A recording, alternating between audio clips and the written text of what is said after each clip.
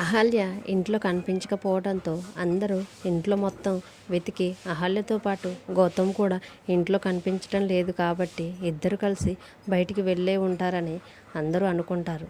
ఎలాగైనా గౌతమ్ అహల్య ఇంటికి వచ్చేసరికి ఎక్కడికి వెళ్ళారు అని అడిగి తెలుసుకోవాలని కోపంతో భానుమతి గారు గౌతమ్ వాళ్ళ అమ్మ నాన్న అక్క బావ అందరూ ఎదురు చూస్తూ ఉంటారు. ఈలోపు గౌతమ్ అహల్య ఇంట్లోకి వస్తూ ఉంటారు. అప్పుడే భానుమతి గారు ఇంట్లోకి వచ్చిన అహల్య గౌతమ్ని ఎక్కడికి వెళ్ళి వస్తున్నారా అని కోపంగా అడుగుతూ ఉంటుంది. అప్పుడు గౌతమ్, నేను అడవికి వెళ్ళి వస్తున్నాను. బుల్లబ్బాయి మన అహల్య మావయ్యైన బంగారాజు గారిని కిడ్నాప్ చేశారు.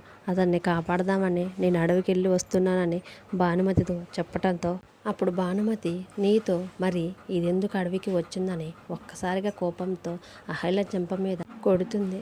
ఒక్కసారిగా అహల్య బామ్మగారి కోపాన్ని చూసి తనను కొట్టినందుకు గాను చాలా బాధపడుతూ చెంప మీద చెయ్యి పట్టుకొని భానుమతి వైపు చూస్తూ ఉంటుంది. భానుమతి గారు అహల్యను కొట్టడంతో ఇంట్లో వాళ్ళందరూ షాక్లో భానుమతి వైపు చూస్తూ ఉంటారు. అహల్యని చేయి చేసుకున్నందుకు గాను గౌతమ్ బామ్మగారికి ఏమని సమాధానం చెప్తాడో ఈరోజు జరగబోయే ఎపిసోడ్లో చూద్దాం. ఈ వీడియో కనుక మీకు నచ్చితే ప్లీజ్ లైక్ చేసి మన ఛానల్ని సబ్స్క్రైబ్ చేసుకోండి. Thanks for watching.